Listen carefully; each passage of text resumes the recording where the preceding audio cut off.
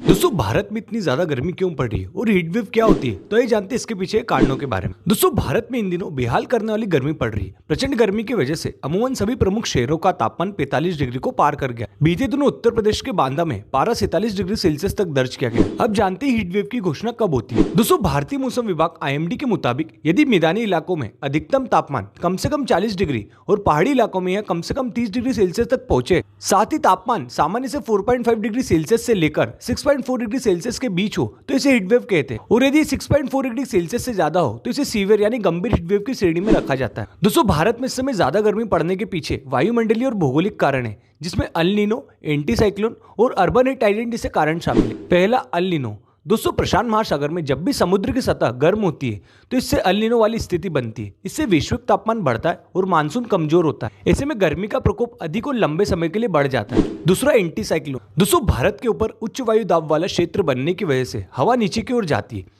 इस वजह से बादल नहीं बन पाते और सूरज की किरणें सीधे जमीन पर पड़ती है।